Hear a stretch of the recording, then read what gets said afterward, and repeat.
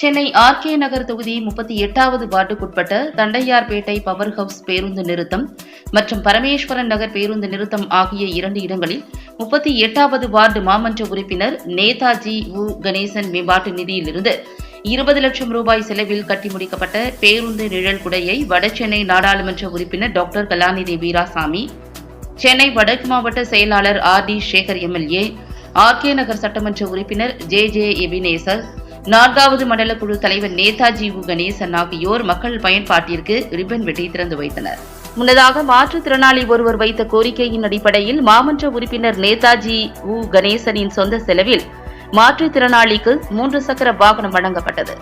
இதனைத் தொடர்ந்து அன்னை சத்யா நகர் மெயின் தெருவில் சென்னை துறைமுகம் CSR நிதி மற்றும் பெருநகர சென்னை மாநகராட்சி நமக்கு நாமே திட்டத்தின் மூலம் 1,65 லட்சம் ரூபாய் செலவில் பல்நோக்கு கட்டிடம், இறகு பந்து உள் விளையாட்டு அரங்கம் கட்டுவதற்கான பூமி பூஜை விழா நடைபெற்றது. இதில் வடசென்னை நாடாளுமன்ற உறுப்பினர் டாக்டர் கலாநிதி வீராசாமி, சென்னை வடக்கு மாவட்ட செயலாளர் R D. Sekar MLA, R K. Nagar சட்டமன்ற உறுப்பினர் ஜே. எபினேசர், சென்னை மாநகராட்சி 4வது மண்டல குழு தலைவர் நேதாஜி உ. கணேசன் ஆகியோர் தொடங்கி வைத்தனர்.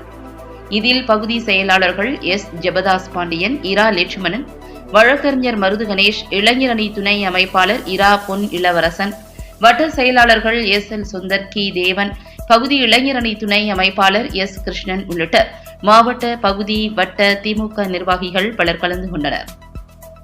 பப்ளிக் நியூஸ் டிவி செய்தியாளர் கிருஷ்ணகுமார்.